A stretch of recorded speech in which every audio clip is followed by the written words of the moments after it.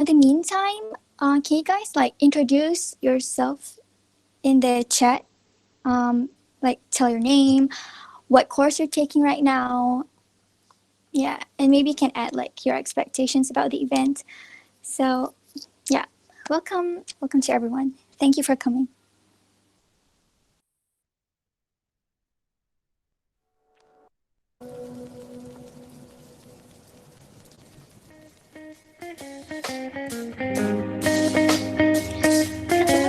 Hello, Changhan, Carmen.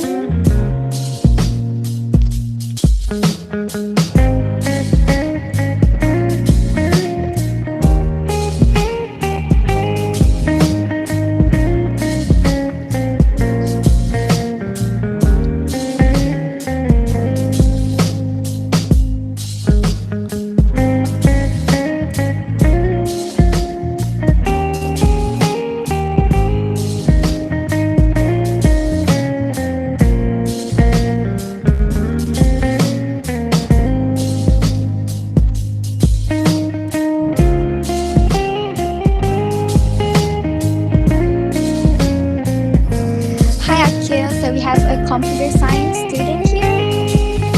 Are there any other courses that's not related to computer science?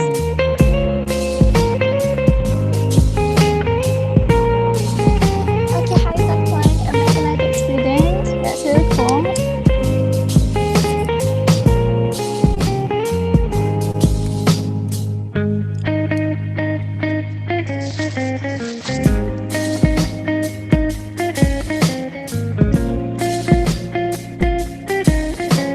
Okay, so we have the boss here, Jada, asking if any one of you have heard of startup. You can answer in the chat.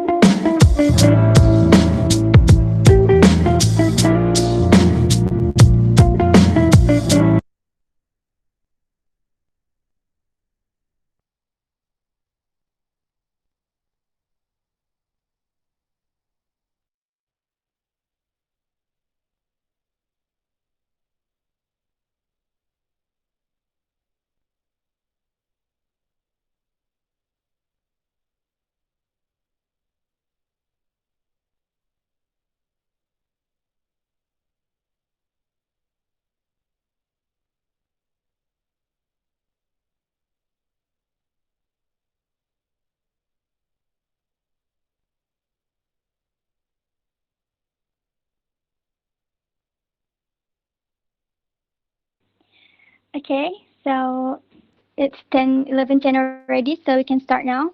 So, welcome to everyone here. So, right now we have 42 people with us. And first of all, thank you so much for coming. So, on today's event, we're going to have, it's called Start Your Startup.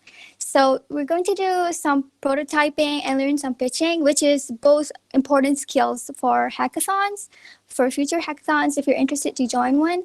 And first up for the event, we are going to learn some pitching skills with Hojiada, and then we're going to have some Q&A session. And then from 12 until 12:05 p.m. for 5 minutes only, we're going to have a short break.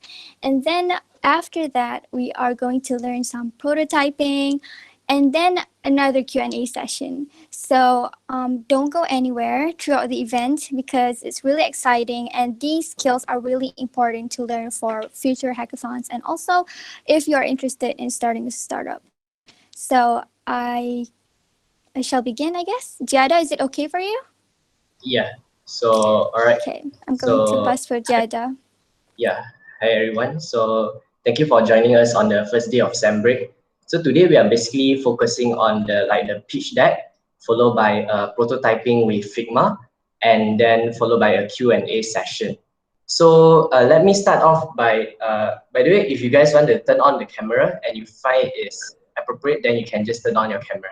So we want to, because our crowd isn't that big, so we want to make this event more interactive. So you can also stop us at any time you want, like just putting your questions in the chat or anything. So first of all, let me share with you guys like why do we want to focus on pitching and also prototyping. So this is a short like my experience. So I started joining all these hackathons and also like tech competitions around April last year when the MCO begins. And then I keep on joining, and then I realized there's a pattern for all these hackathons and also tech competitions. I realized that most hackathons and all these startup competitions, they only judge you based on your pitching and also your prototype. So other than ideas, ideas are also very important, but most of them, they actually focus on these two things. So today we want to like teach you guys how to craft a good pitch deck, give a good pitching, so that you guys can actually go and win all these competitions. But there will be a lot for you guys to absorb because all these things are normally learned in like a week, but then we are trying to cram in one day, like in 2 hours. So it will be quite a lot to absorb. So maybe you guys can jot it down if you guys want to like know what that tool is about. Yeah, so let us get started. So first of all, these are the list of tools that you need to do before actually like starting to build your pitch deck. So anyone here know what is a pitch deck? Maybe you can put in chat what you think a pitch deck is.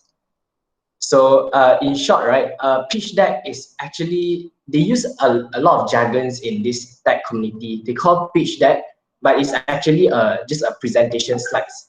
So it's actually the same with, yeah. Wait, so you guys are seeing is it the yellow screen right now?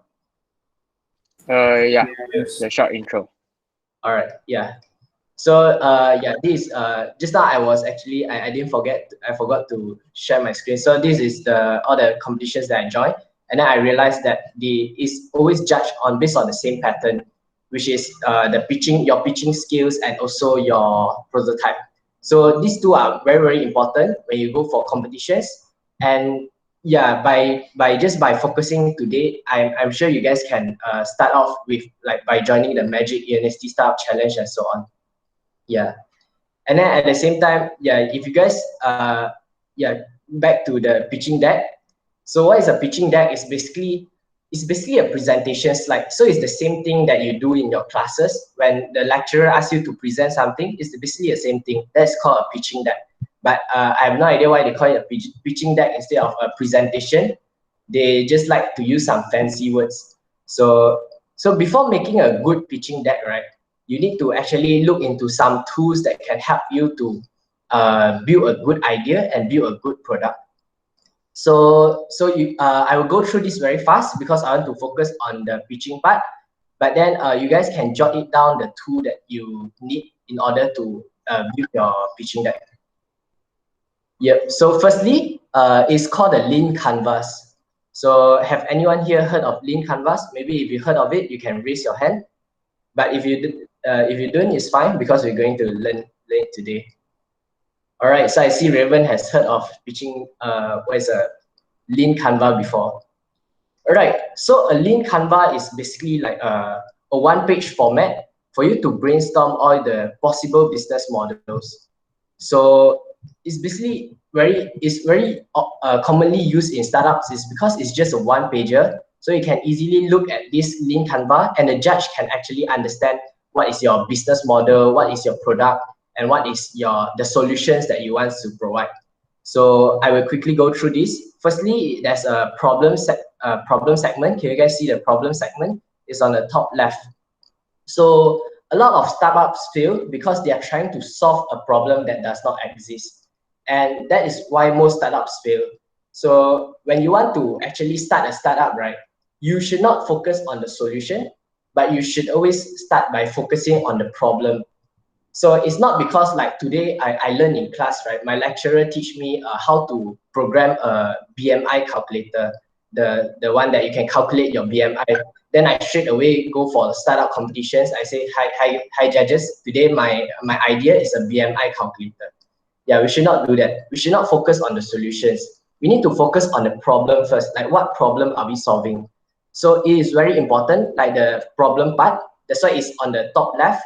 So maybe the problem that you want to solve, right, is actually, this is one problem that I face a lot when I'm in uni, is when it comes to like 12 a.m. midnight, I get hungry and I don't know who to approach because all the stores are closed. So these are examples of problem, and if by coming up with a problem, only you come up with the solutions. So after you have come out the 3 problems faced by your customers, now you provide them with the solutions. And then after you have determined the solutions, you need to you need to tell like the judges what is your targeted customers, and then the metrics. The unique value proposition is actually what makes your idea so special. Yeah. And then there's something new on the lean canvas. It's called the unfair advantage. Unfair advantage is actually something very real because it's very realistic. In this world, right, it's actually quite realistic. So for example, what is unfair advantage? So if anyone hear of unfair advantage, you can raise up your hand. By the way, I see in the chat, Calvin did mention, is it business model Canva? Yeah, it's actually an improved version of business model Canva. So I think most of you guys have heard of business model Canva, but this is called a lean Canva. And then for those that never heard of all this, don't be worried. It's basically just a template lah. So you guys don't get confused with all the tough words, right? With all the jargons. So like Bunkit say in the chat, rich family is actually an unfair advantage. So why do I say so, right? So if you look at the Grab delivery app, everyone is saying that it's such a successful startup. But how many of you know that it's the Grab founders, Anthony Tan and also a Singapore founder, they actually come from super rich family, super rich family. That's why they get to launch their products so nicely. So that's their advantage lah. So in a way, we call it the unfair advantage. Yeah. So that can be one of the unfair advantage. And then followed by other things I won't mention much because we will be touching it after that as well. Yeah, so this is the first tool. You can write it down. It's called a lean Canva, and it's very important for you to actually write down so that your ideas are all very clear. All right, so this is the first tool. So this is the most important tool actually. Other tools are not that important. So going to the next slide. Can you guys see the next slide now? It's called customer persona. All right, so what is the customer persona? So once you have a problem, once you have a solution, it's always very important to know what is your targeted customers. So this is an example of customer persona. You may jot it down. So you need to really understand, right? Really put in your imagination to like think, what is your ideal customer? Who is your ideal customer? So is it, for example, this one is name is Mr. Vet, and then his position is decision maker of a pet clinic. This is because our solution is actually a pets only health record system. Yeah. So this is an example of customer persona. So you just basically you need to think of your customers' behavior, demographics, and needs and goals. So with all this, you can actually target your product better. And then followed by next slide. All of this I will go through quickly. So this is an example. This is an example also. So you can see that in customer persona, we just need to assume like this is our perfect customer. So for example, just now I talked about the midnight food delivery system, right? So those people that can get hungry, so we can say that the demographics is actually like, for example, 21 years old, single, in university, living in university and such. And then the behavior is like we get hungry at night. And then the needs and goal is like want to find food services at night. Yeah, so this one is quite simple. You just need to come up with the customer persona, but I won't say it's that important. The important one is actually a lean Canva. So followed by the market validation. So this is another tool. So what is the market validation for? It's actually because when you have an idea, you want to check with the market whether this idea is actually relevant, or is it just you that shots and diri, right? That you actually just like this idea so much, but actually the market, they don't need this, they don't need your solution. So that's what we call the market validation. So for example, when we want to set up UPM Hackers, if we don't do market validation, like we don't check with the students, like, hey guys, do you guys want a tech club, right? Then it will be actually like shots and diri. So like we are just making something, we are just building a club that nobody wants. So how do we check whether people want this club, right? It's actually by conducting surveys. And in these surveys, you can start by giving a short intro and then validating the problem, like, hi, do you need a tech club in university? And then check their existing behavior. What is your current, what do you think of the current support system? And then validate the solution, future behavior, and referral. So I won't focus this much as well, because to be honest, I'm also not an expert on this. I'm still learning as well. Yeah, so all these tools, you can just jot it down. So this can help you to structure your survey. And then next is the value proposition Canva. So what is a value proposition Canva? This one is also quite confusing. A value proposition Canva is basically to help your product to position around what the customer needs. So this is to make sure that you build a great product. So you can just jot down this tool, and then if you join Magic's camp, they will explain more about all these Canvas. So I will go to the next tool, because you have quite a lot of tools before you can start your pitch deck. So the next one is actually a tool for market development. It's called the market segmentation and also the total addressable market. So this is important because you want to know how big is the market that wants to use your product. So let's say, for example, right, let me take something that's beside me. So this is a wallet, right? And then when you want to produce this wallet, you want to know that how many people are there outside that will actually buy your product. So you need to agak-agak a number so that you can tell the judge that how many people are potential customers of my product, which is a wallet. So how do we do it? So let's say if I'm selling a wallet, right? So you can use this tool, which is called the top-down or the bottom-up method. So you first come up with, okay, so this one, it was actually based on a solution called a pet app. So you can see that, first of all, we look into the big numbers first. We look at the number of pet owners in Malaysia. So because we always go from the bigger number until we go down and down. So this is the top-down method. So so first we target like the number of pet owners in Malaysia, and then followed by, because those people that will use our app are normally youngsters. So that's why we target pet owners, they are aged below 30 years old. And then because our app is actually you need to be quite techy to use it. So we target those that stay in urban city, and then followed by just converting them into potential customers. So these are some of the methods. Later we will look more into during the pitch deck. And then next is the growth strategies. This is a model for you to actually keep your business in in charge. But as why I say, this is not so important as well, because the most important part is actually the lean Canva. So you need to identify your cost revenue, and then this is the customer journey map. You need to tell the judge like the customer journey. So for example, like first they download the app, then they use it, they register an account and stuff like that. So followed by the marketing channel, this is called the AARR metrics. Is also a way to actually measure your marketing.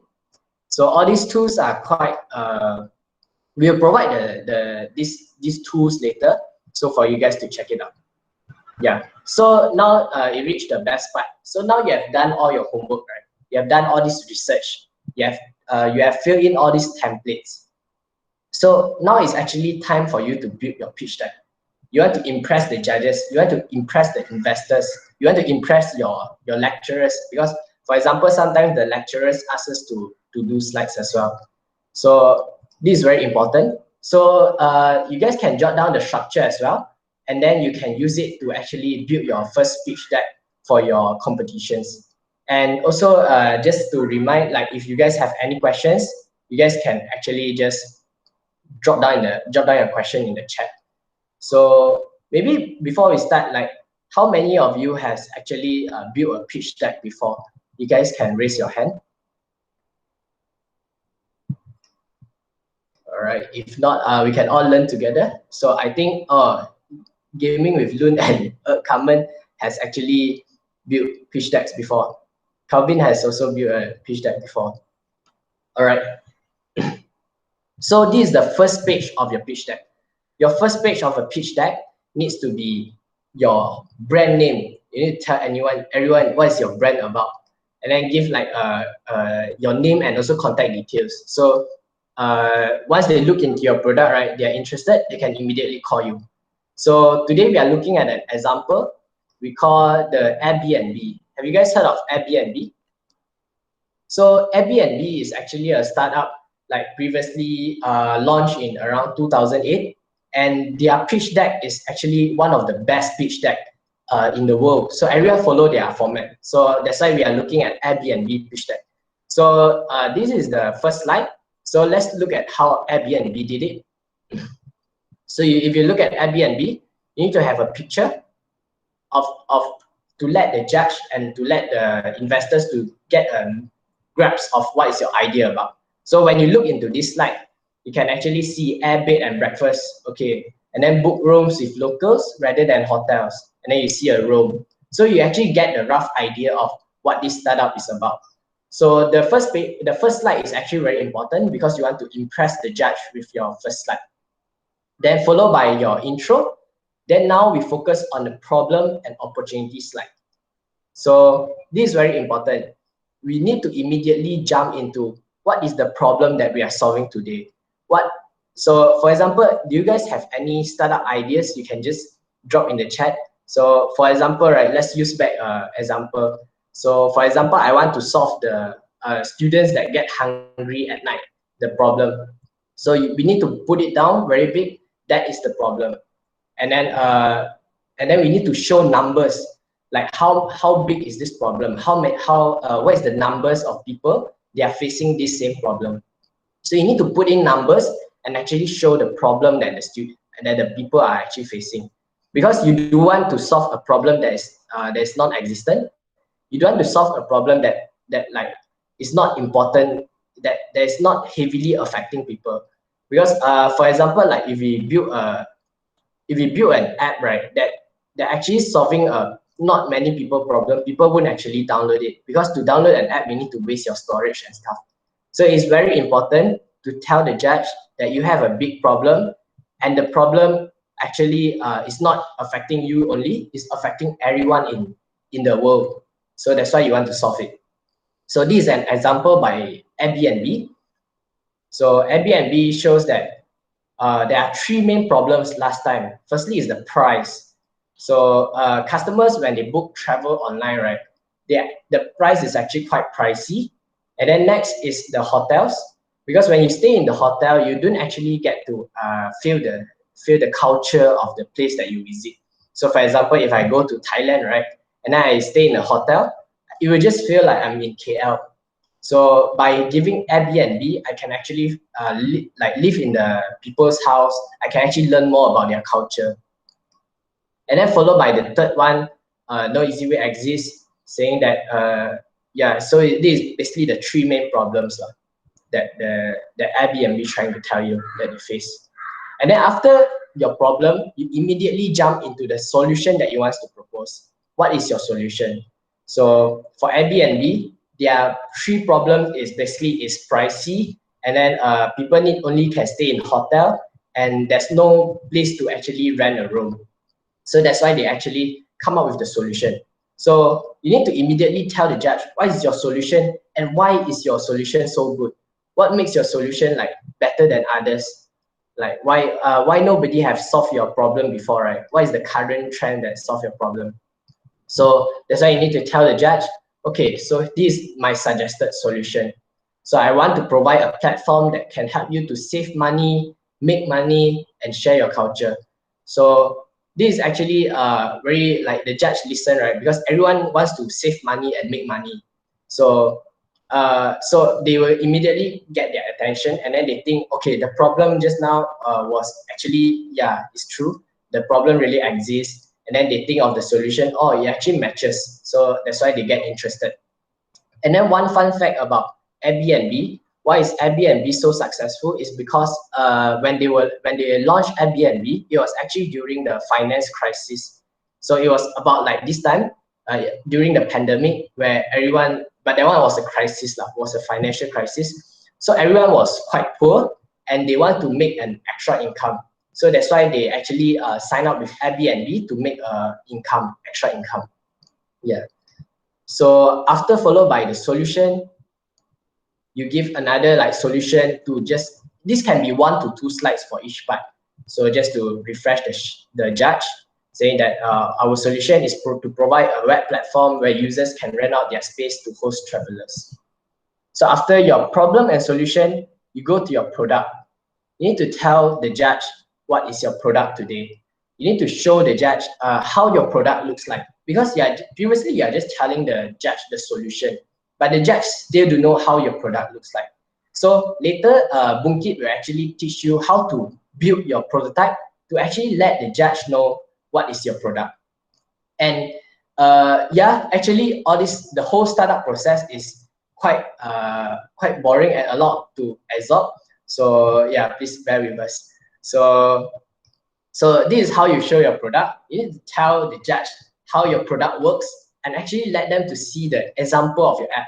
So one fun fact is actually you do need to code out your app. A lot of people think that only programmers can join all these startup competitions because you need to actually like write the codes and stuff. But actually it's not true. Later Bungkit can show you how you can easily build an app in just like 30 minutes. Yeah. So for Airbnb, in this case, they actually show like this their website that you can actually search by city. You can actually search, look at the reviews, and you can actually book a room. So it actually tell the judges what are their products, and this is very clear for the judges because they can get an idea of how your product works. So after followed by just now is the problem, solution, and then the product. Now you need to tell the judge how big is the market, how many potential customers are out there. So how do we show that is actually by one of the tools just now, right?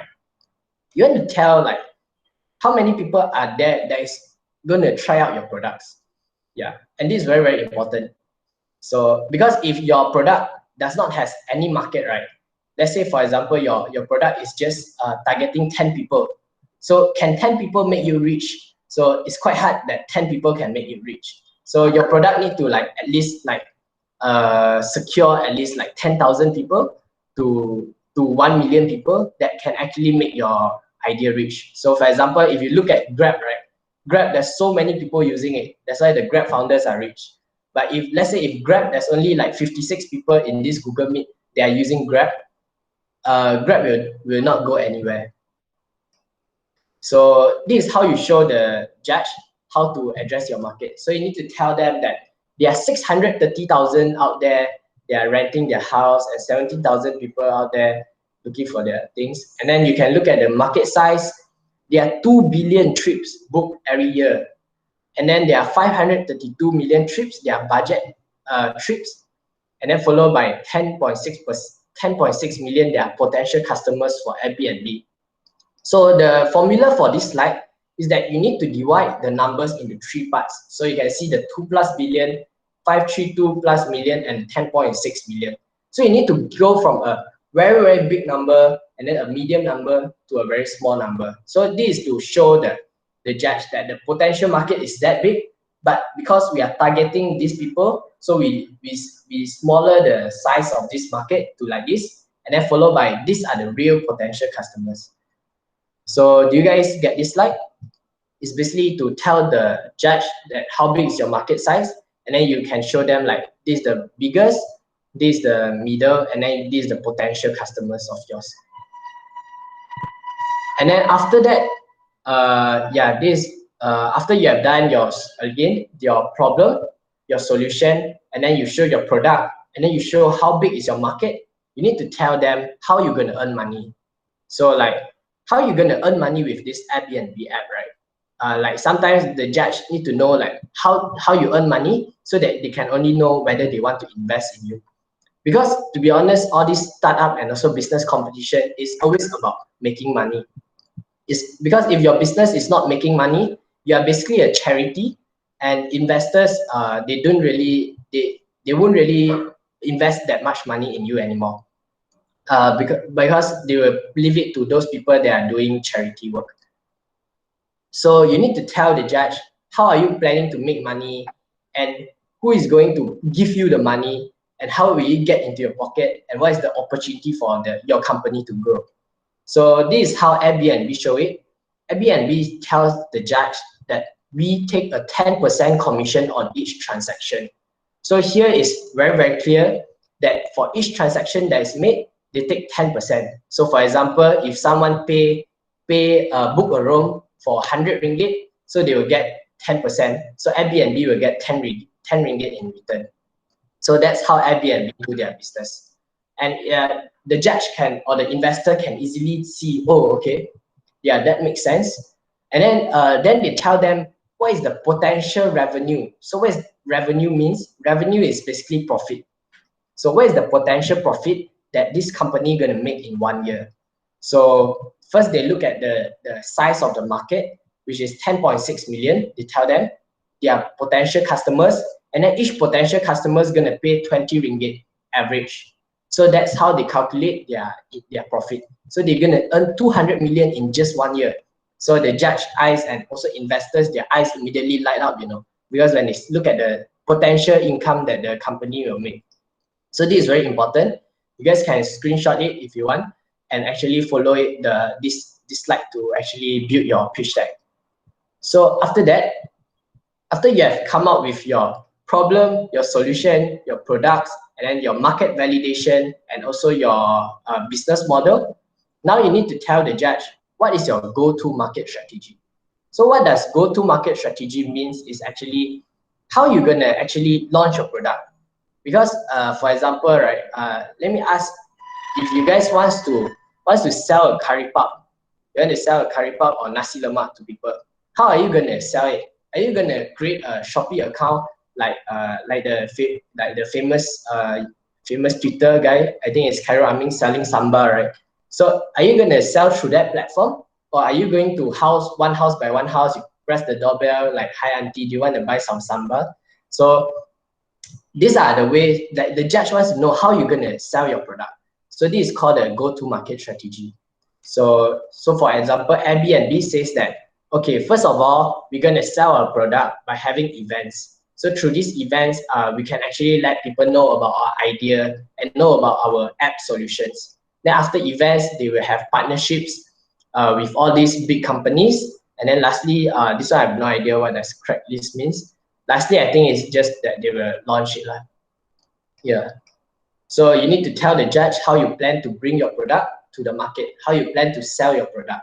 Is it by Facebook? Is it by Instagram? Or is it by setting up a store, for example?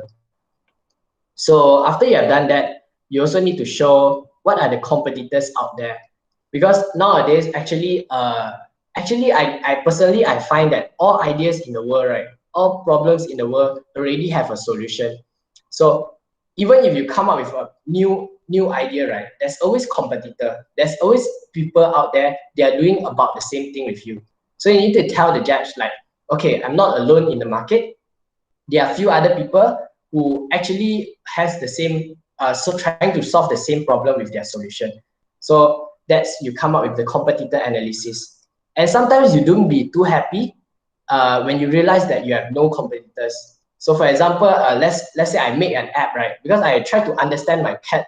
My cat always meow at me, but I don't know what the cats are trying to say. So let's say if I build an app that can actually understand what my cat is saying, and then I realized that, oh, nobody out there is doing it. Do you know what does that mean? That means that nobody actually wants that app. Nobody wants to understand what their cats is saying. So because when you don't have any competitors, that does not mean a good thing. That actually means it's quite bad because nobody actually wants your app, because that's why nobody is doing.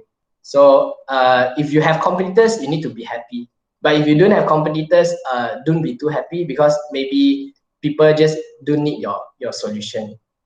Yeah. So I wonder if you guys get me my example, but then it's fine. So this is how you actually present the competitor analysis to the judge. So what you need to do is you can either make a table or you can make a tent, like this cross thing. So you need to put there, this is affordable and this is expensive. So for example, this online transaction and this offline transaction, and actually this is quite hard to understand because it actually takes me 10 minutes looking at this to understand it previously. So you need to position your product at the best part. So you can see affordable and online transaction is actually the best part, right? So you want to put your product inside that quadrant. And then this is your others competitor. So you can say that they can't compete with you because they are no, and they are actually, like, you can see like easily big bedandbreakfast.com, they are offline transaction, even though they are affordable. So only you are the best here. So nobody can actually beat you. You are the best. So that's why you are the best among the competitors. So you need to always tell the judge you are the best among the competitors, or else the judge will not invest in you, because they'll say like, I can just easily invest in your competitor, right? Why should I invest in you? So you can also screenshot this template as well, and then you can use it to build your pitch deck for competitions later. So after you have done all that, actually, yeah, pitch deck is a very long process. Then you need to show the financial and key metrics. In this case, Airbnb actually skip this part because they combine it with their business model. So those are actually like those key metrics lah. Like you want to say how you want to earn money and stuff. Followed by the next one is the achievement and your milestones. So before you pitch to a judge, you need to tell the judge like some of your achievements. Like for example, right? Why they want to know, like, why are you the like you want to launch an app called a food delivery app, and then your past achievement is maybe like you can say that previously I sell nasi lemak and I get great responses at 8 o'clock at night. So now I'm sure that I can actually do it again, but this time I do it at 1 a.m. tonight. Yeah, so you need to tell the judge some of your achievements that can make the judge like more convinced with your idea.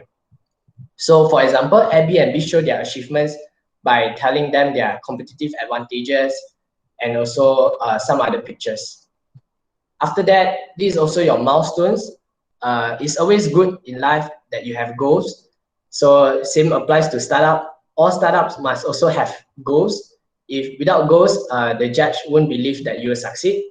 So milestones are actually means goals lah. So you need to have a goal. You need to set milestones. For example, you need to set like, okay, in 1 month time, I want to earn at least 10,000 ringgit. In 2 month time, I plan to get 100,000 user on board. So these are example of milestones to tell the judge.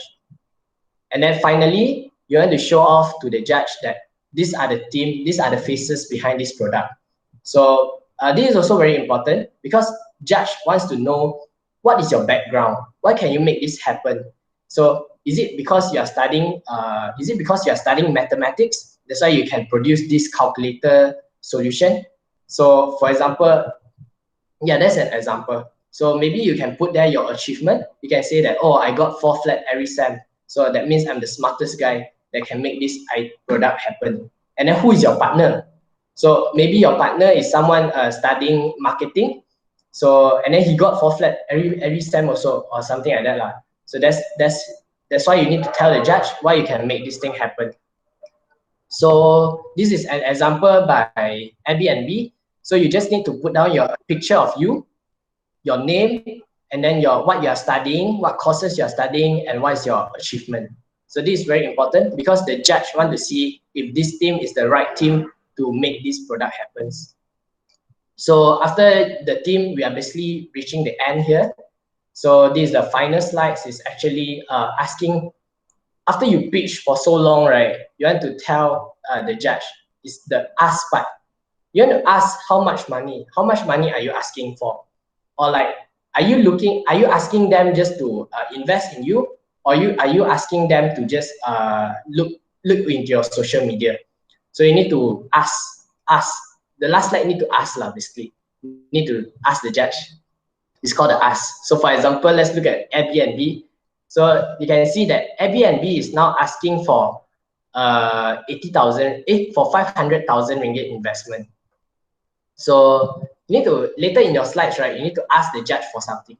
You need to ask them for money, either for support or stuff like that. And this is how you present it. And then lastly, you just end it with your contact number so they can actually contact you if they're interested in investing in you, or they're gonna give you the first place. So, and then this is one of, actually, I think there are no UTM people here. So if you are UTM people here, you can let us know. So UTM is actually very, very good with all these competitions. UTM, University Technology Malaysia, they sapu all the competition in Malaysia because they have one secret formula that I just realized. They always have the appendix. So what is appendix? Appendix is actually lampiran. So it's all the extra info that you didn't put in your slides, but you put at the appendix. So this shows the judge that you actually done a good job. You have done all the extra info. So for example, what is appendix, right? So appendix can be stuff like user testimonial, saying that, see Emily and Austin here saying that, oh, it's a complete success to use Airbnb and it's easy to use and make me money. So you can put in stuff like that. And then you can put in like press conference saying that, oh, okay, I go to this, the Star Daily, and then it's like people provide articles of me, stuff like that.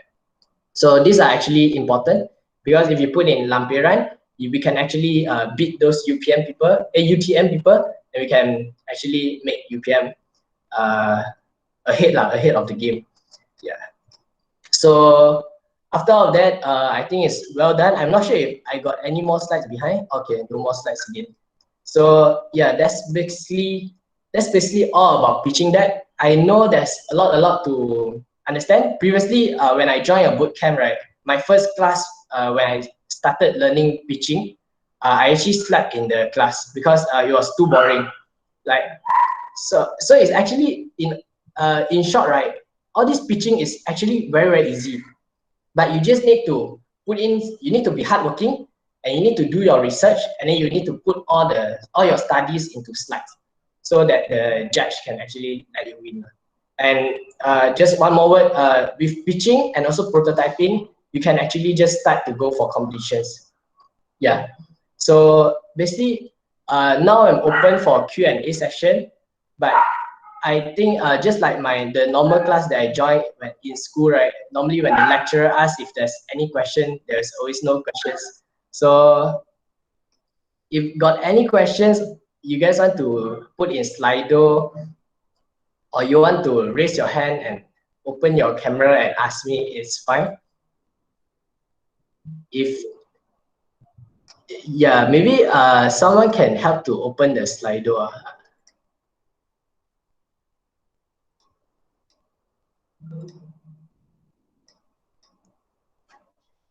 Yeah, guys, normally I don't have questions in class as well.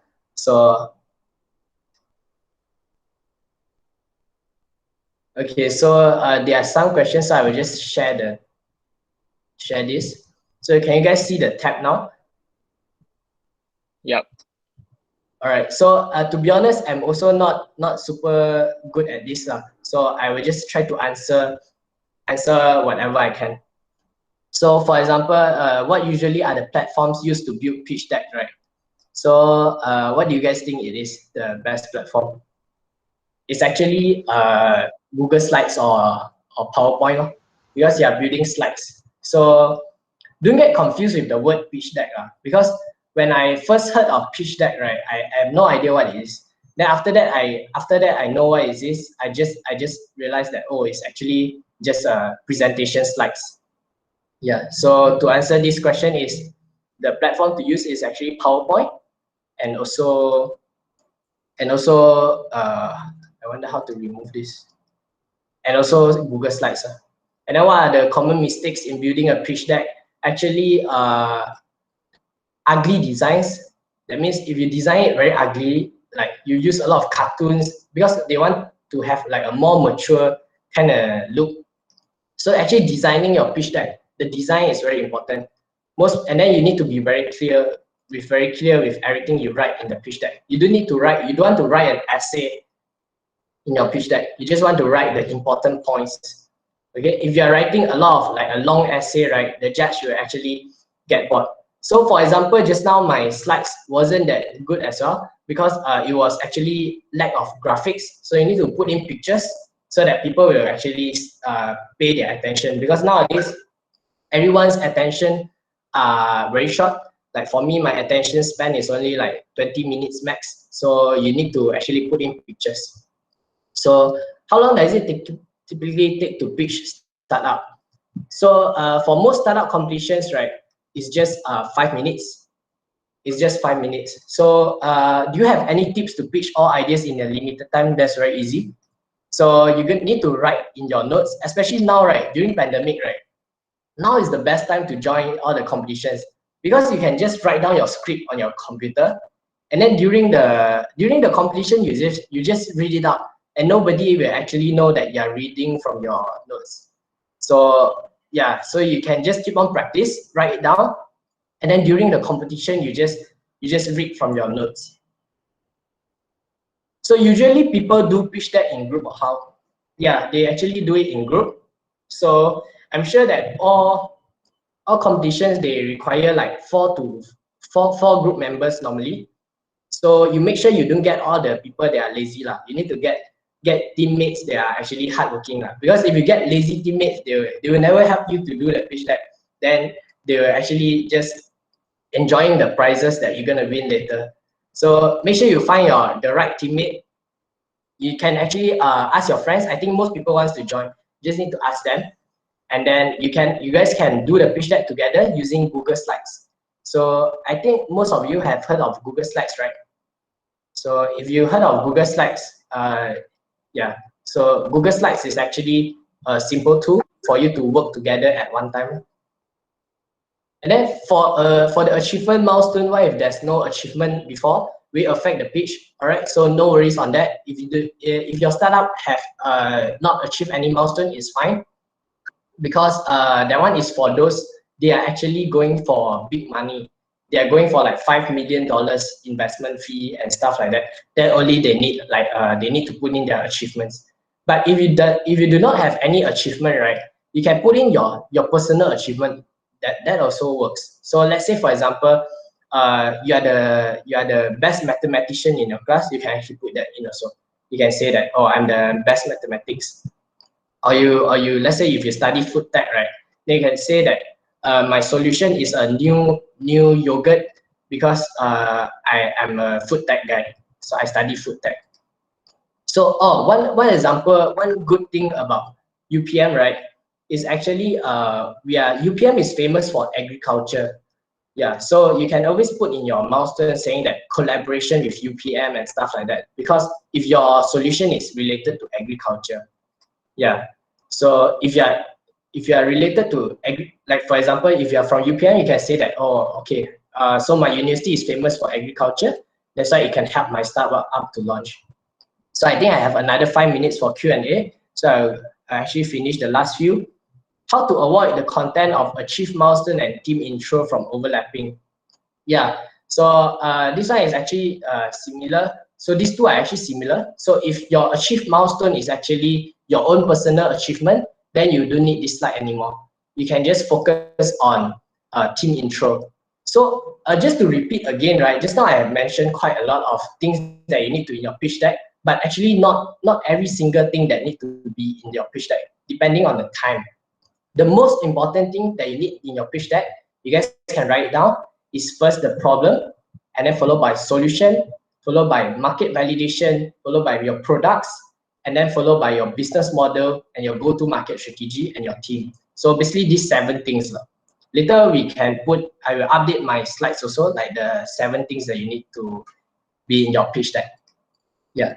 And then what is the biggest challenge in your pitching challenge? What is the biggest challenge in your pitching challenge? Okay, that kind of rhymes.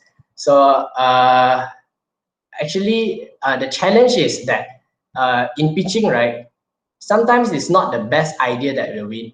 Sometimes it's actually depending on your luck a lot.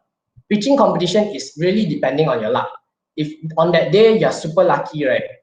If you on that day you're super lucky, you're gonna win, because your judgment, all the marks are actually given by the judge, and all these judge can be super subjective. Like some judge might suddenly like this idea a lot, and some judge maybe like this idea a lot. It actually depends on them a lot. So that's the biggest challenge. Is that the biggest challenge is that in pitching competition, there's a lot of luck involved. Means it's not like exams anymore. Like exams, if you study hard, you get 4 flat. If you don't study hard, you still get good. You get something in return lah. But in pitching competition, even if you work very hard, right, sometimes you don't win, because it all depends on luck. You need to have really good luck. So when finding teammates, you also need to find someone that are quite lucky, because yeah, luck plays a big role in pitching challenges. So is there any chance to showcase our idea without having to pitch in hackathon, startup competition? Actually, no other ways. You can pitch without your slides, but normally they won't accept it. You must pitch with slides. So it's compulsory to have a pitching deck for most competitions. Yeah, I would say 100% competitions required to come up with a pitch deck. So how many people pitch for the business? Take turns and solo? Take turns or solo? So this is also a good question. So I think I will just answer these last two, because I only have 2 minutes left. So how many people pitch for the business? This is actually a common mistake that I previously did. So me and my teammate, like we want to everyone wants to pitch, right? So we actually gile, we take turns to pitch. So maybe I pitch the intro like, hi guys, welcome to UPM Hackers. So today we're gonna provide a solution called the Tech Club. And then after that, I passed it to Bungkit, and then Bungkit say, okay, so this is our market, this is the number of students. So actually this is bad. Only one people, that is for students. So if you go for if you look at students pitching, right, they always gile one. They always like pass to A, pass to B, pass to C. So that's actually a mistake, because the judge might lose you. So it's always best when one person do the pitching. So one person cover everything is fine. So yeah, the idea is everyone is shared by everyone. So no worries on that. You just need one representative to actually pitch for you guys. So don't worry about it. And then during the Q&A session, because after the pitching session, there will be Q&A sessions from the judge. The judge want to ask you all these good questions, right, to make you a bit unstable. So that time your teammates can actually join in to help answer the judge. So good picture or good idea, which one is more matter? Actually 50-50 lah. Without a good idea, with a good idea, sometimes I see in competition, not the good idea will win lah. It's the good picture that win. But I would say 50-50 lah, because if you are a good pitcher and you are trying to sell a stupid idea, the judge will actually see through and just would let you win. And then the last question, does body the judge work when pitching to win? Definitely. So this one actually works. So sometimes for hackathons, right, they have all these mentoring sessions. So you make sure you join all the mentor sessions and actually give the mentors like a good impression of you. So you need to maybe you can tell the mentor that, oh, okay, thank you, mentor. Yeah, you're super kind. You're super smart. When they are just giving some normal ideas, and then because why is it so important? Is because these mentors are actually the friends of the judge. They are all kawan already, you know. So if this mentor like you, right, this mentor will just tell the judge, hey, by the way, you wait for UPM Hackers turn. UPM Hackers, their idea actually very good. So the judge, this will actually help to brainwash the judge. No bribing, please. So Bashir say bribe your way to go. So don't pay any money, but you can be nice to everyone. That's very important. In startup competitions, you need to be nice to everyone. So I think that's all from me. So you guys want to continue or take a 5 to 10 minutes break before we? So I think we can take a short break. Yeah, 10 minutes break, and then I'm just gonna play the song that I previously played, the Lagu Raya. So you guys can chill first. Thank you, guys.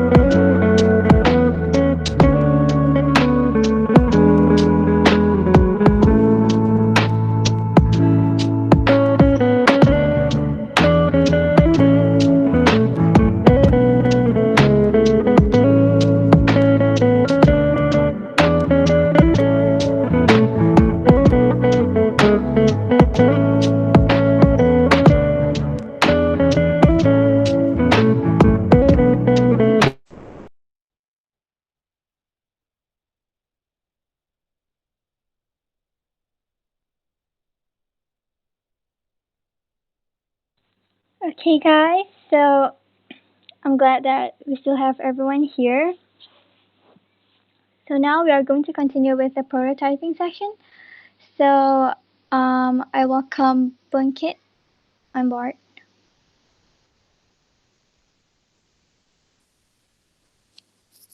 Okay, thank you, Sarah. Can everyone see my slides? Yeah. Okay, so hi everyone. This is Kit from UPM Hackers. So today I'll be giving a prototyping workshop.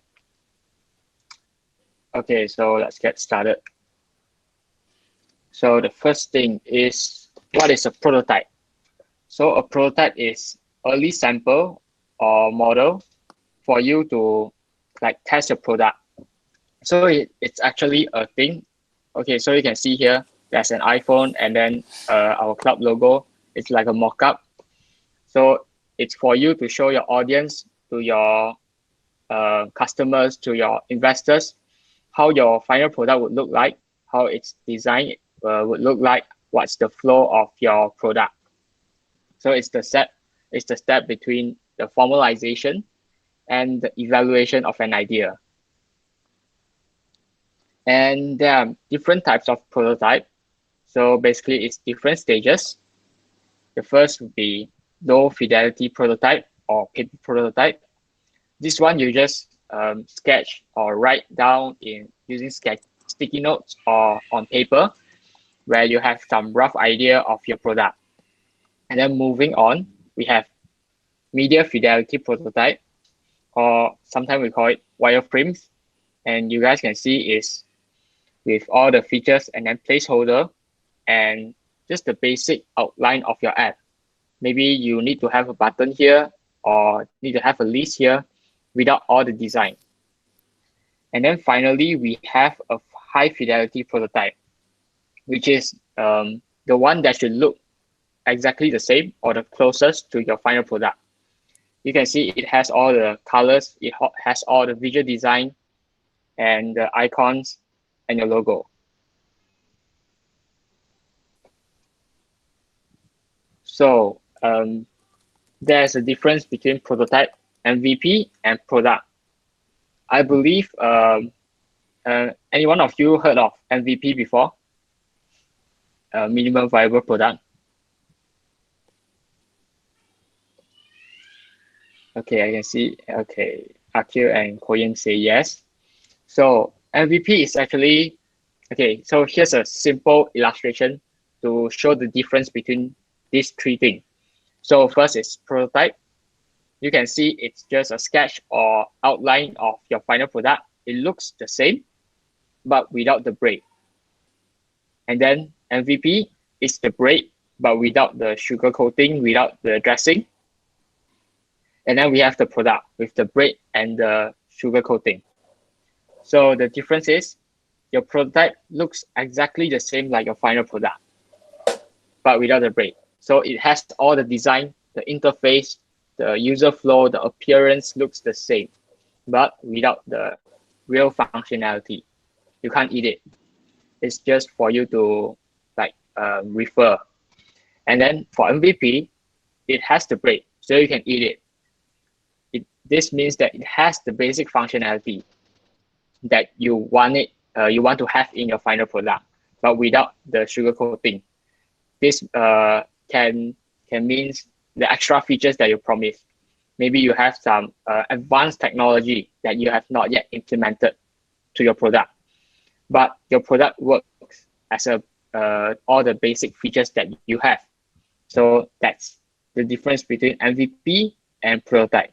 One has only the design and the interface, and then one has the basic functionality, but without the design and interface. Okay, so moving on, we have, so you guys might ask, how do we build a prototype? Do we need to know how to code in different programming languages? Do we need to be an expert in doing arts? Like we need to be an artist or study arts? Like JD said just now, actually you don't have to. It's very simple nowadays. You can just use prototyping tools and to design the flow and interface of your product. It's actually very simple to use, like drag and drop, and then just like how you use to design posters, design illustrations in Canva, in Adobe Photoshop, Adobe Illustrator, it's almost the same thing, but this time you're doing a prototype. So here are some of the most popular one out there. We have Adobe XD, we have Figma, we have Sketch. Adobe XD is a product by Adobe. You have to download the software onto your computer. And then Sketch is exclusively for Mac user only. And then Figma can use, you can download it onto your computer, or you can use the browser version also. So any one of you have tried any of these or other prototyping tools before? Can let me know in the chat box.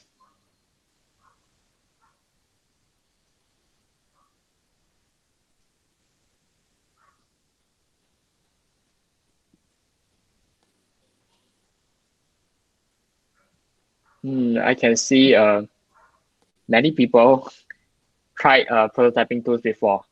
So anyone use Figma before?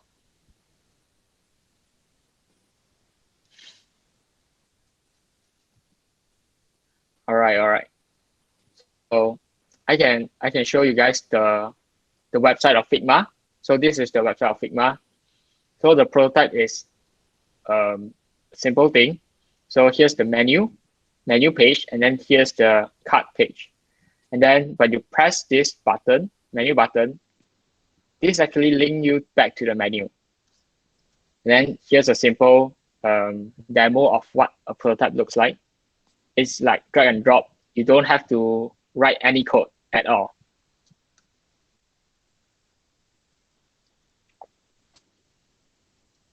So now I'll get into the demo time. I'll show you guys how to build a prototype using Figma. Now here's some instructions.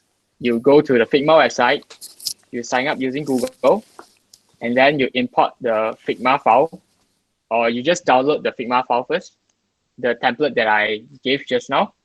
And then what if you guys have a second screen or not, you can just open another tab and then side by side follow the workshop.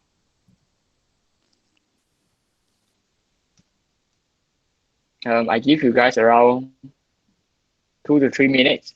Is it okay to download the file and then open Figma website?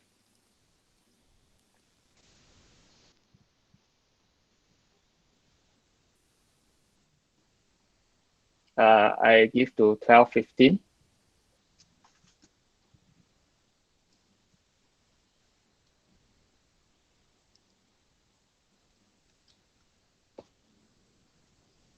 So when you first entering the Figma, you'll see the dashboard and then have all the themes. And then usually you'll add new design, but now you click import, and then the Figma template file that I just gave it to you guys.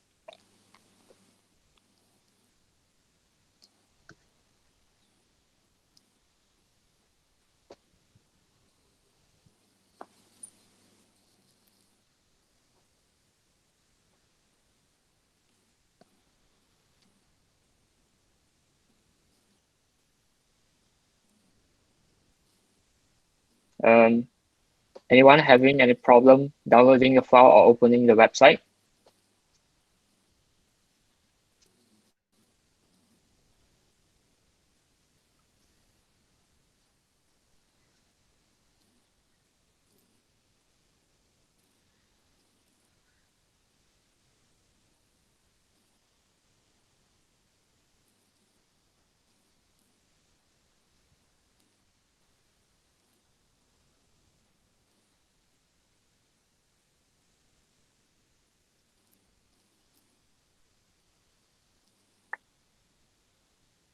So now I'll be sharing the entire screen so you guys can see how I import the file. So now when you first enter, you see this dashboard, you click this new, import, and then desktop. This is where I place the folder. And then, yeah, here, the prototype workshop template, .figma. Yeah, and then open it. Okay. And then here is the, just double click and then you enter the template. Can everyone follow the instructions?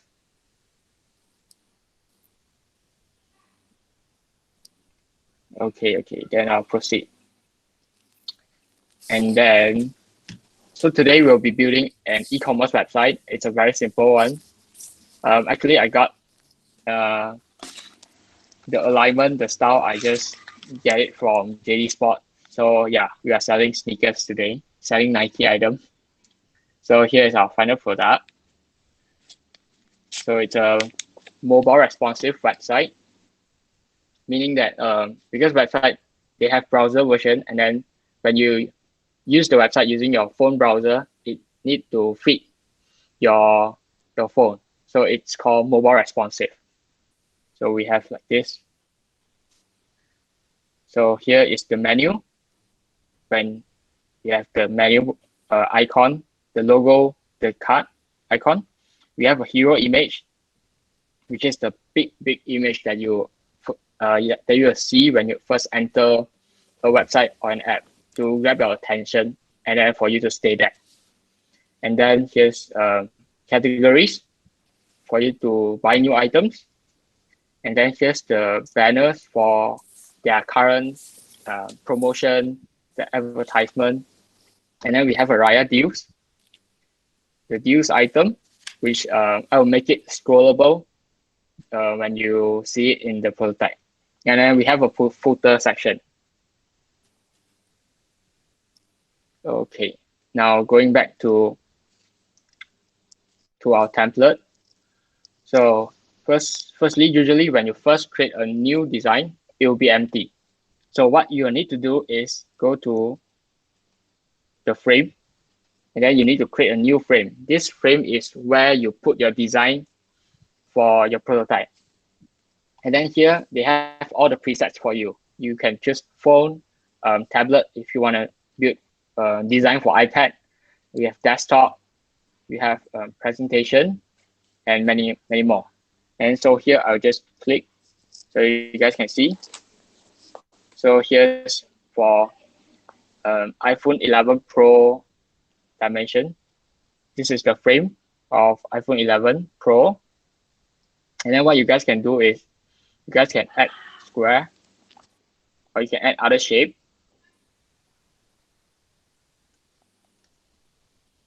And then you guys can also add text through this, write something. And then you can also use pen to draw some shape that is irregular.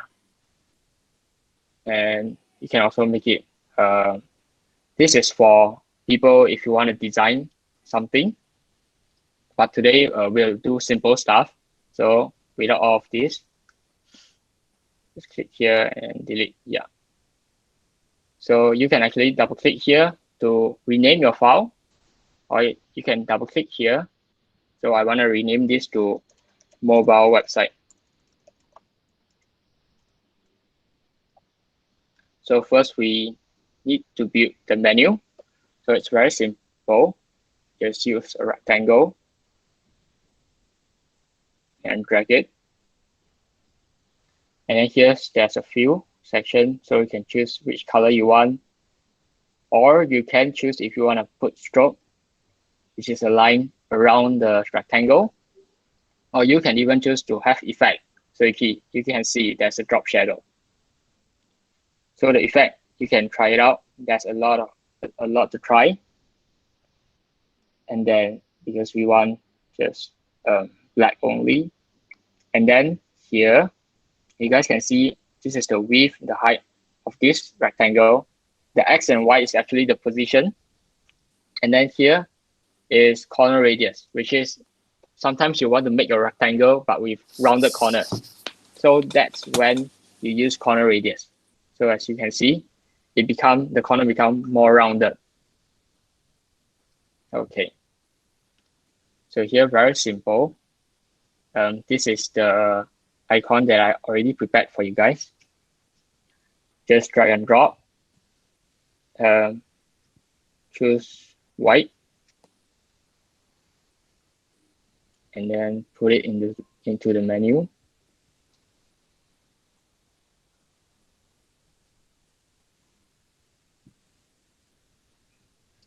And then you guys might wonder why there's a moon here, because I want to make it our brand name.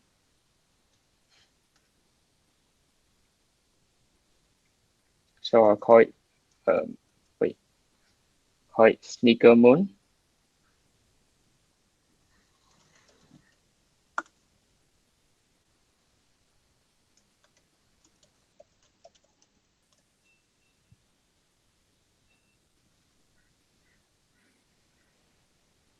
And then here you can choose the font weight, which is how thick or how thin you want for your words, for your font.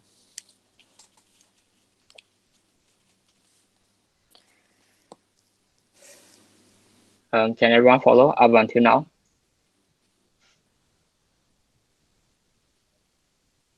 Yes. Okay. And then, so here we have our hero image. It's very simple. If you are lazy, you can actually click and alternate key for Windows or option key, and then you drag here. And then you have a rectangle. You just copy and paste, yeah.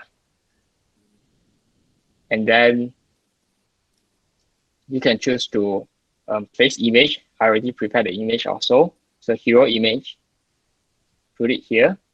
And as you can see, it's already, the image don't fit. So we can change the image, how we put it. So we can try tau, try 10%. Yeah, it's a repeated pattern.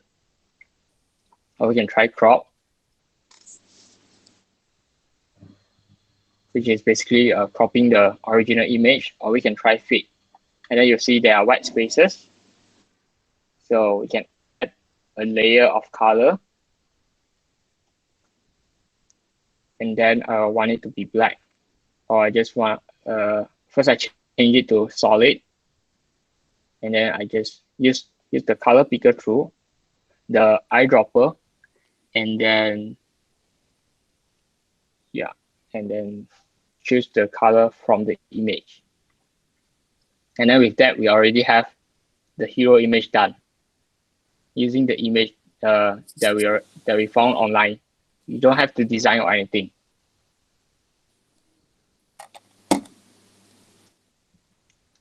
Okay, and then I'll put maybe Air Jordan sales here.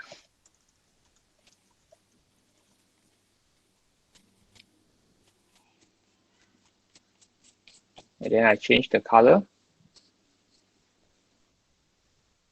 And then actually we can choose alignment. Here's the alignment bar for you guys. So you can align left, right, or center, or along the x-axis or along the y-axis.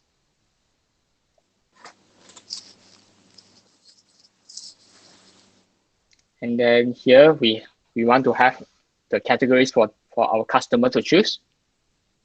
So same, I just copy and paste. Or you guys can just use the text tool, but it's more simple here. So yeah, shop, new int. And then I will just use Montserrat, which is, I think the font is quite nice and simple to use. So I just keep using it. And then for you guys to take note, if you leave the frame or the border like this, and then when you center it, it might not be the true center. You have to like minimize it. And then when you click again, then only it will be the real center without all the empty spaces. But we want it to be here.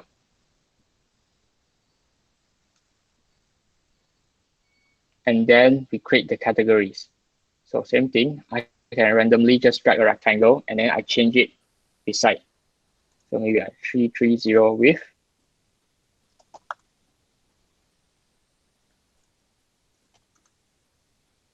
And then make it align, center, up a bit. Okay. And then I'll just copy two, copy another. This time we want to make it square. The width is 320 and 150. Okay.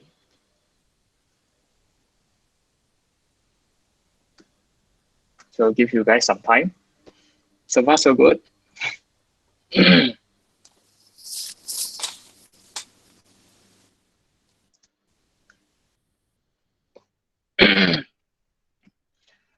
Does anyone have any problem with this? We'll send the recording after this session, so don't worry. If you guys want to replay, you guys can feel free to do so.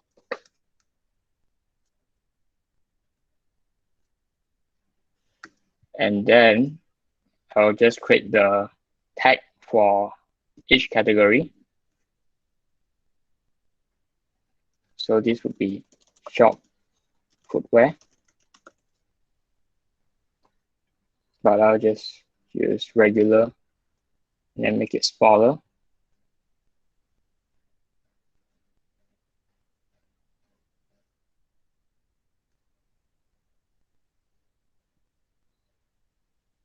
And then the same thing.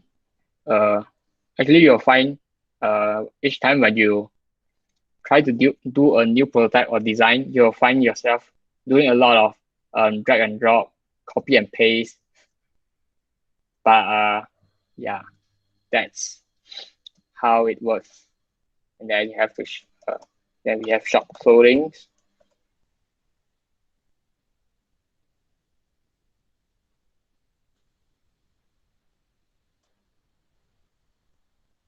And then another one is accessories. Yep. And then with that, we already have the base for our categories section. And then just like what we did here, we'll just import the image that I prepared for you guys. So place image, I just put the same image here. And then for the clothing, also place image. And then clothing image. And then here, we place image and then accessories image. But it don't fit, so I'll need to change it.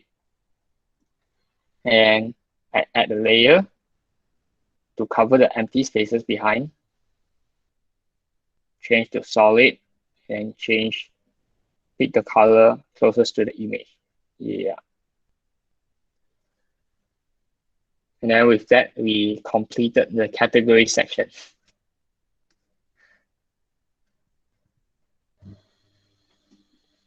Feel free to stop me. Sarah can feel free to stop me if there's any question in the chat box. So now we want to do our banner. So the banner is where the e-commerce site will have the promotion, the posters that they have, the current promotion that they are having. So I want to make it the same size. This is the width of 320, and then this will be the same.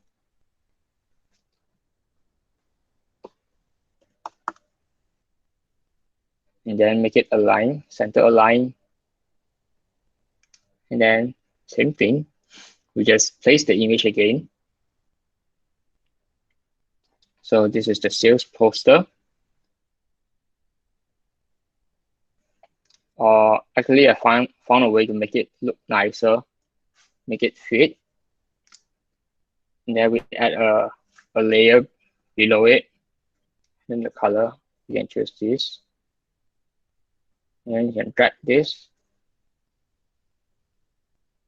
Okay, so it looks better than the original one.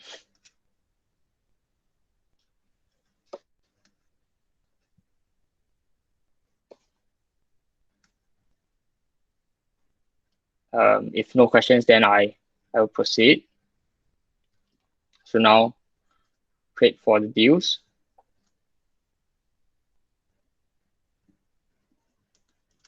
So since it's Raya, so I'll put Raya deals 24.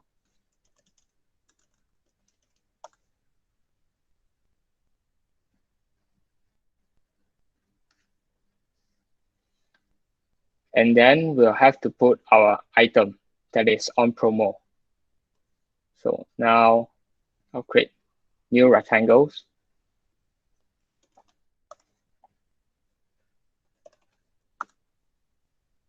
This is to put our product. And then I'll copy a few.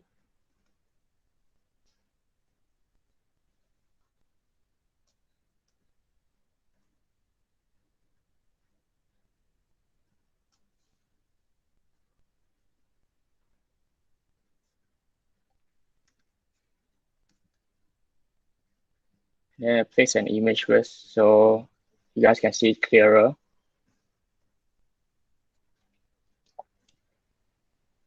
So below this, I'll put the price or the name of the product first. So maybe this is the Pegasus shoe.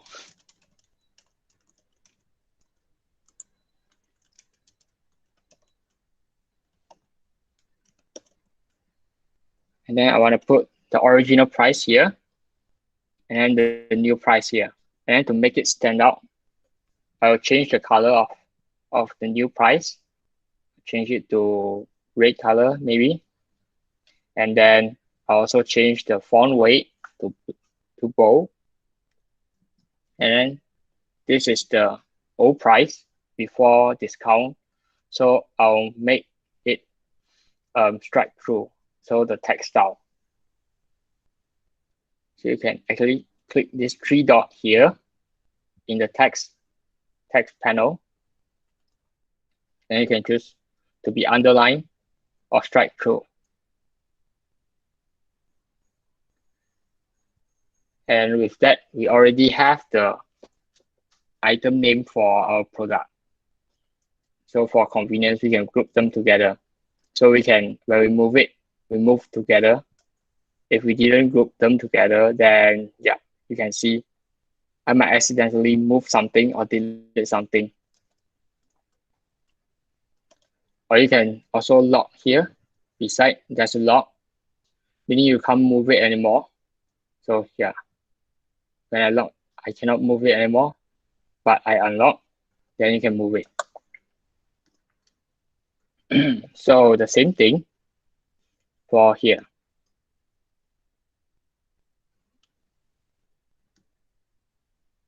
So I'll place the same image again.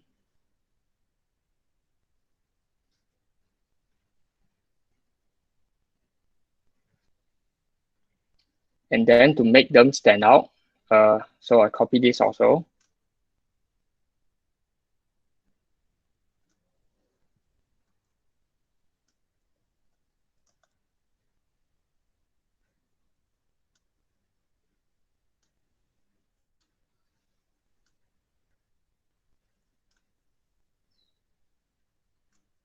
To make these three items stand out, I'll add a layer of design.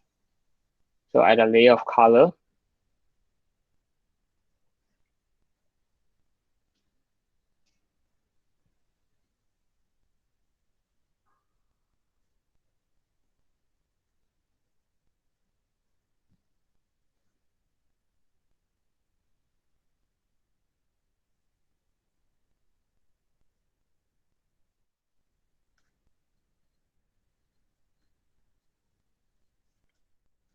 Then same thing, I group them together. And then finally is the footer section. But first, is everything okay? Everyone okay?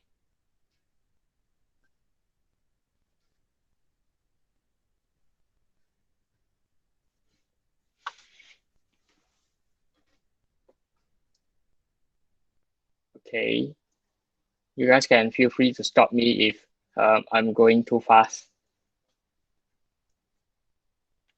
So then we have the footer section.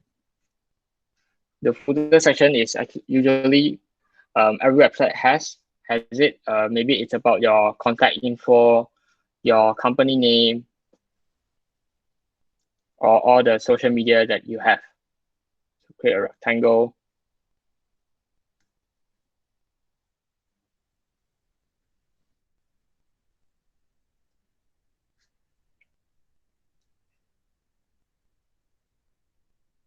And I'll just do a simple one.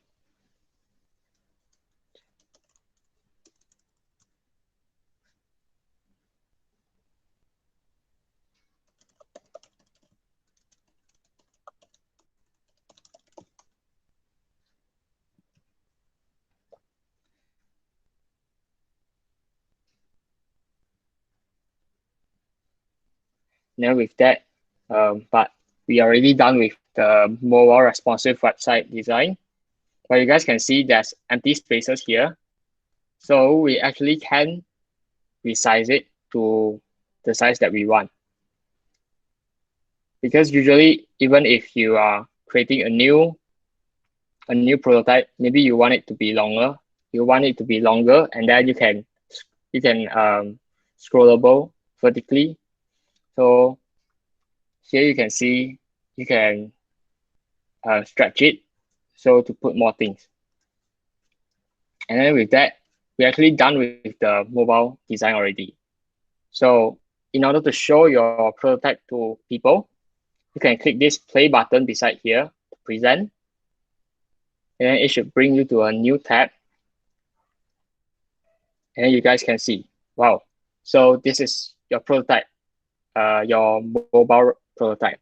Maybe you want to do it an app or website. So it's scrollable, but something weird. So you guys can see only the first item is in the prototype. The second and third are not in the prototype. So this is something we need to fix. And then not sure if you guys notice, when we scroll down, actually the menu and the status bar are not fixed. They move along. They stay on top. They didn't stick here, which is the normal thing, what they should do. They should always be on top of here. So now we'll try to fix this. First, do the simple one. Click design, then we group them together. And then fix position when scrolling. Then the same thing here, fix position when scrolling. So going back to the prototype. Okay, now it's on top, but some weird thing happened again. So apparently everything is passed through the status bar. It's transparent. So this is actually because the status bar the background is transparent.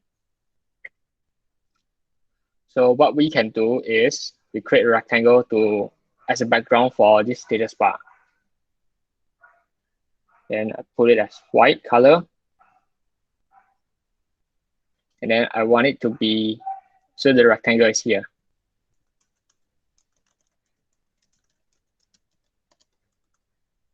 I want it to be fixed. So I click fix, and then you guys can see it move here. So these are the fixed items, and then these are the scrollable items. When you guys want to debug your prototype, you should use these layers panels to check if there's anything wrong with the design. Then here, going back, okay, well done. So the status bar in the menu thing is already fixed. Now we have to fix this reduce. We want our second item and third item to be shown here. So what we can do, if I click this, you guys can notice it's outside this frame. If I click this frame, it's this long thing. But when I click group 2 and group 3, it's outside the frame. So what we're gonna do is we want to move it into this. So, okay.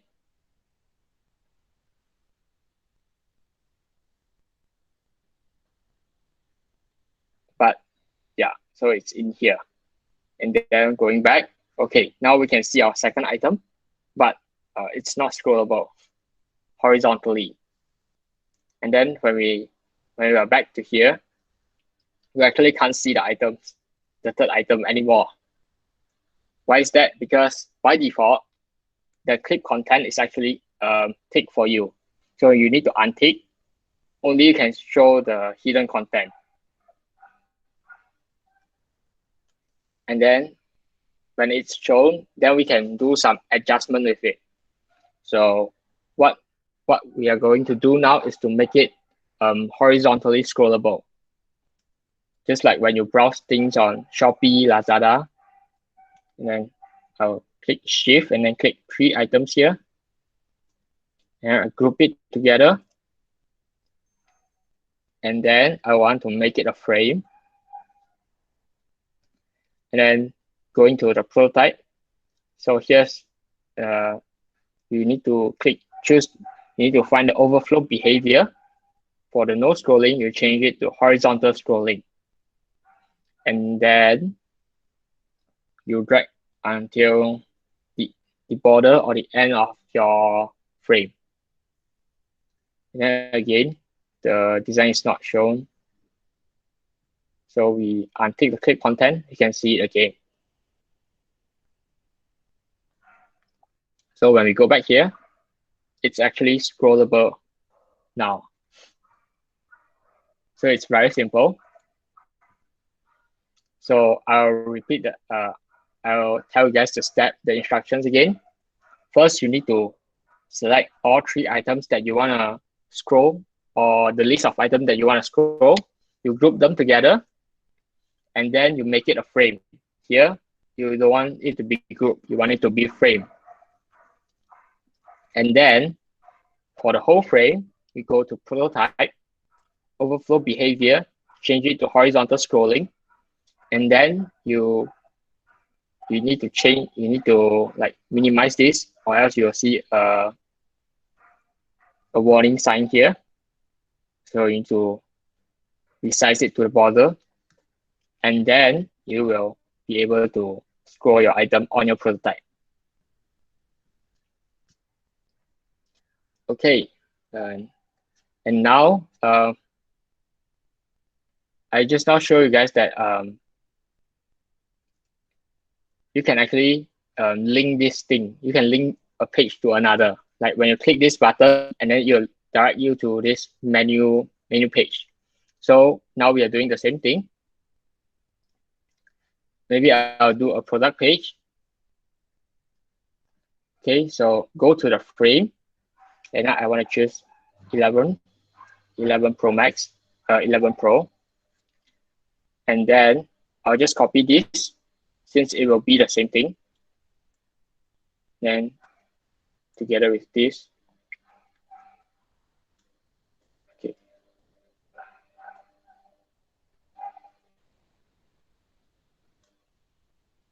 Copy, paste. Then move it here.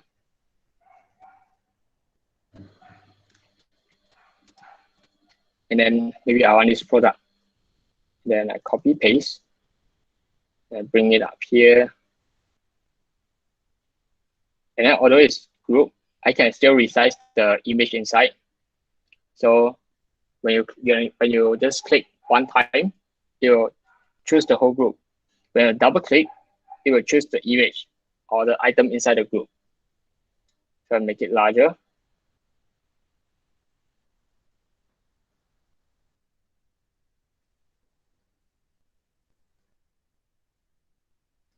And then I want to make it align. Make it align, and then yeah. We are put up here.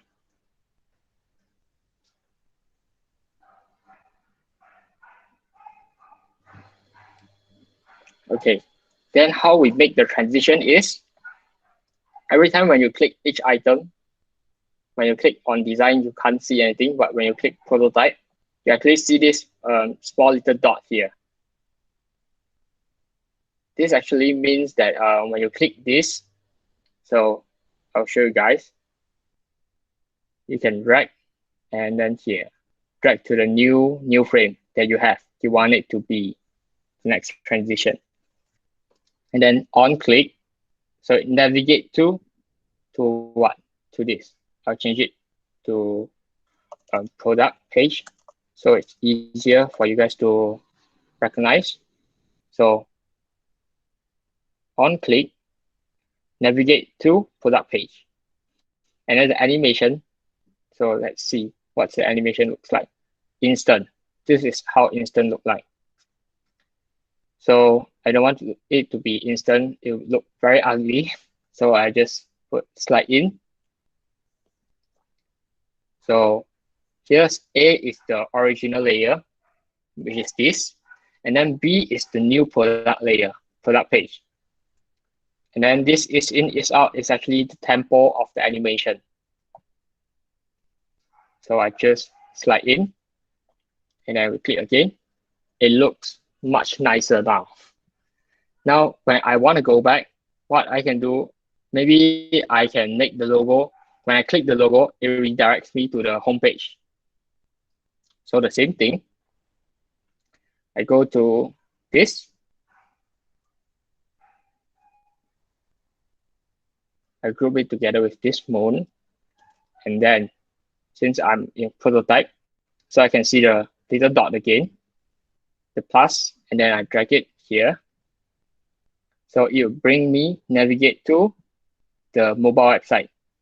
And then since when I enter the product page is slide in, now this time I want to slide out to make it smoother. So this is the product page.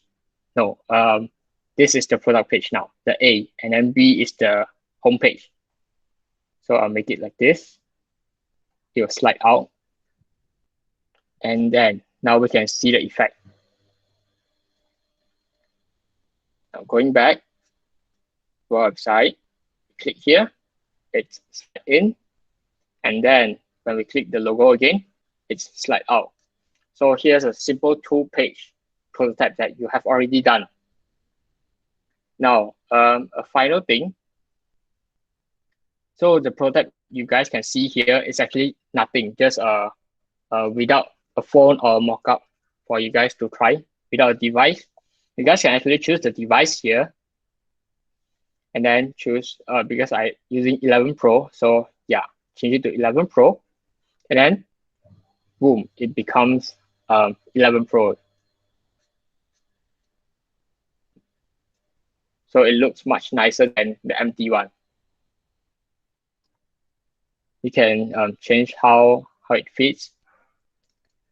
You can actually change other thing also, other device, but it always depends on your dimensions, the frame that you choose originally, and also the background.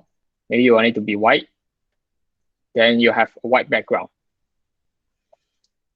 Okay, and I think that's all for the prototype workshop. But there's actually something else that I can show to you guys, because when you design something, maybe you want to have a ruler or a grid for you to follow. You can click this layout grid, and then you will see grids for you. And then you click here. You can want it to be grid like this, or you want it to be column, or you want it to be rows. So this is something that you guys can try out. So even if I have rows, I can add another layout grid with maybe columns. So I can refer to when I design something, maybe I want it to be center, I want it to be a bit left or right, something like that.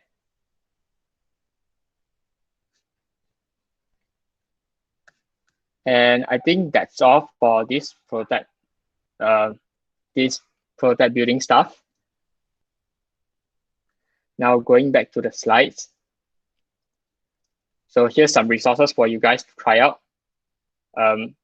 I'll send the slides to the group later, and also we'll upload the workshop later, so you guys can go back and see it again, to watch it again. So here are some of the resources, that websites that I think it's very cool for you guys to use when you want to design something. So here's Dribble. This is for you to find inspiration. Colors for color palettes. Icons 8 for icons. Unsplash for beautiful photos taken by others, professional photographers.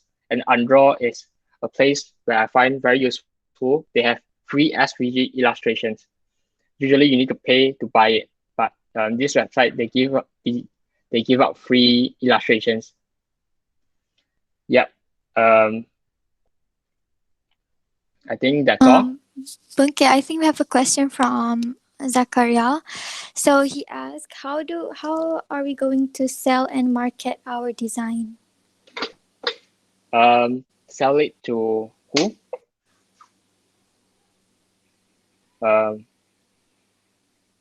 Okay.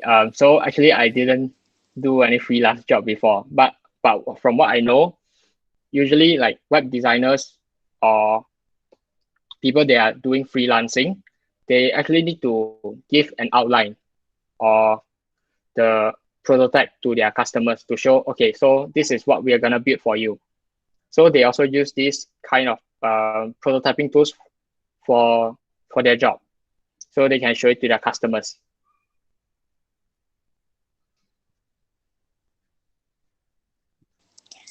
Okay, so I think we can proceed with the Q&A session, right? Yeah, we can proceed with the Q&A session. Sure. Wait. So some questions, if I don't know how to answer, maybe JD can answer also. PowerPoint with macros. This one I didn't try before. Maybe JD can take this question. Which one do I prefer? Okay, JD, you answer this question first. Actually, PowerPoint with macros, I actually also never tried before.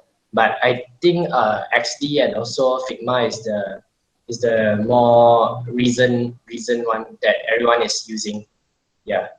So I think as long as it works, as long as it can make an app design, I think it should be no problem. Okay, so which one do you prefer the most between those three tools? To be honest, I only tried Figma. I didn't try Adobe XD before, Sketch also, because for Sketch, if I'm not mistaken, need to pay. But for Figma, there's actually education plan for students, free 2 years, which is very nice.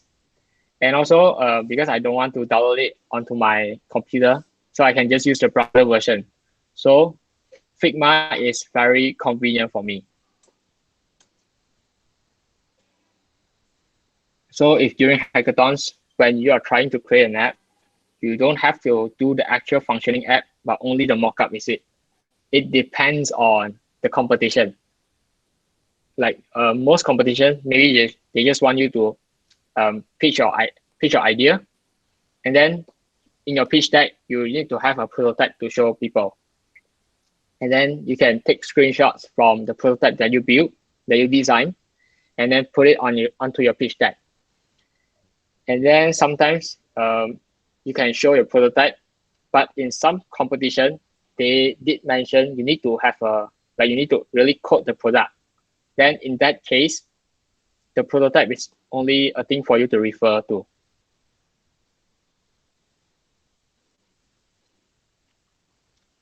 What if already developed the product itself? Should we just use that as our prototype? A prototype is not the same like the product. It's just the outline or the design of your final product. Your product should have the functionality that you want it to have.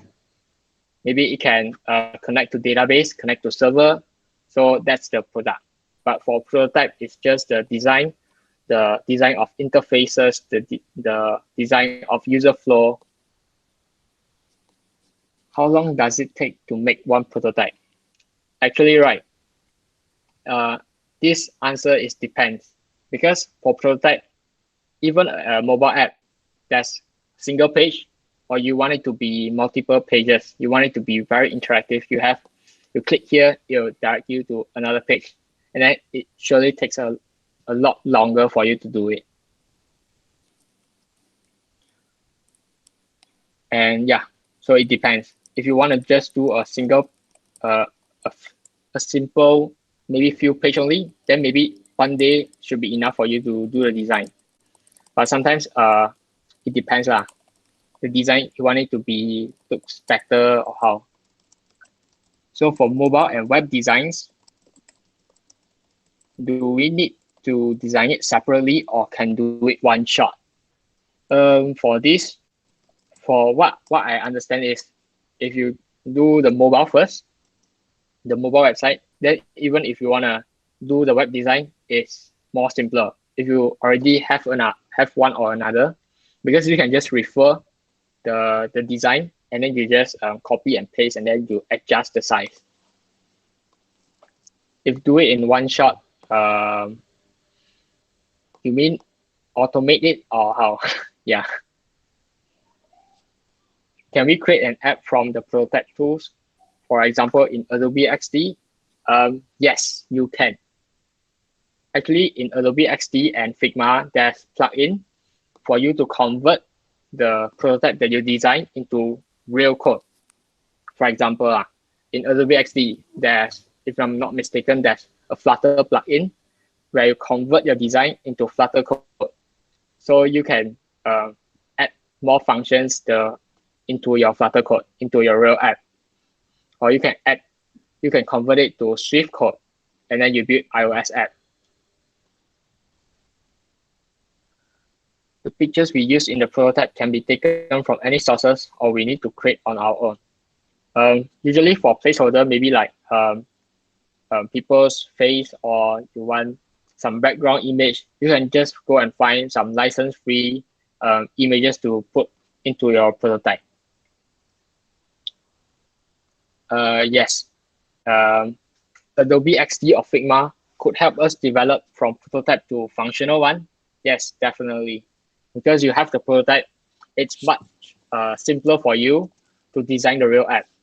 Because when you do the prototype, you have all the design, you have all the user flow, you know what you want to have on your real app. So it definitely helps. Where can download the free template of Figma? The template for this workshop is in the link in the chat box. So that one that one is by me, but yeah, I think you can find from online. There's a lot of template. Any app or tools come up with the wireframe design. Figma. Not only you can just do prototype, you can do wireframe also. You don't have to do the visual design. You can even do design poster in Figma. Wireframe and prototype. I think it's the relationship is wireframe is a subset of prototype, where wireframe is just the basic design of the user flow or the features that you want to put on your product, but without all the beautiful visual design. If you already design it very nicely, maybe you can call it a high fidelity prototype. How to create, this I already answered. How to convert the mobile web create into code. Let me see.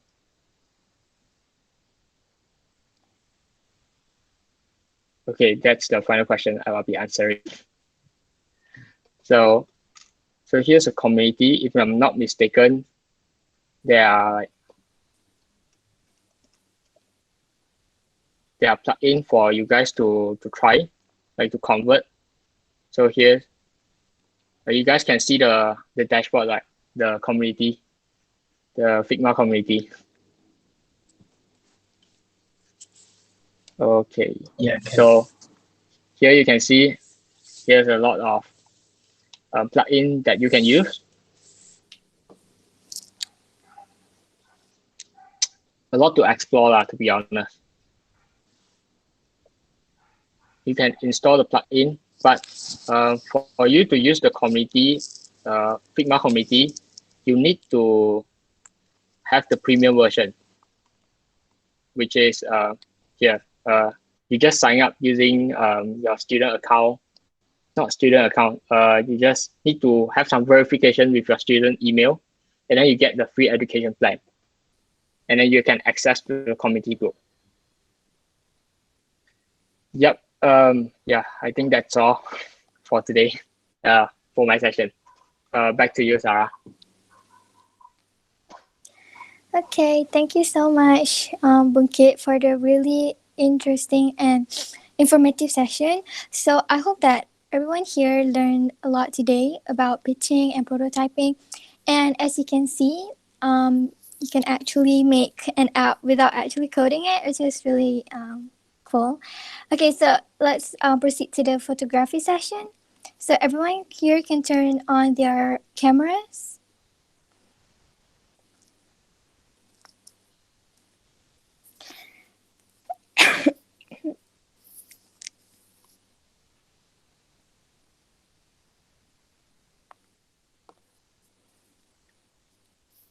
All right, so everyone turn on your cameras.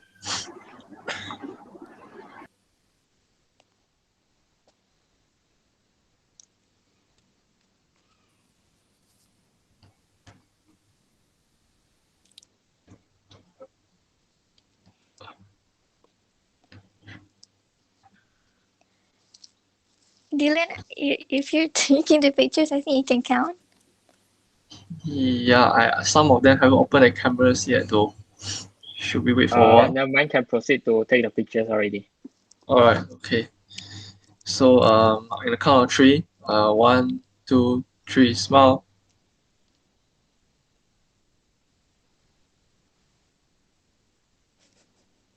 All right, thank you. Okay, thank you very much, everyone, for joining. I hope that one day you guys can proceed with your own prototype or something. And yeah, I'm looking forward to see you guys' prototypes in the future. So that's all from us today, right? So thank you very much. You guys can leave now, leave the meeting. But Don't forget to fill in the actually, feedback form. yeah, we got a feedback form. So please fill in the feedback form so we can improve our programs in the upcoming future. Because literally, you guys are just going to see the same faces during the future. You guys are going to see Jada and then Bunkit. But yeah, we have to make things more interesting, right? So please fill in the feedback form. Thank you. Never mind, we'll send the form in the group community group later. So thank you everyone from joining. Yeah. I'm gonna turn on the music.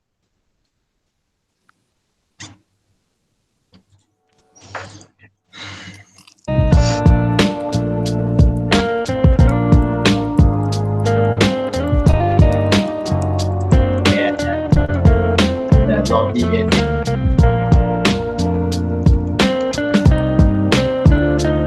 Oh, we can actually see like who didn't focus, right? And then they did leave.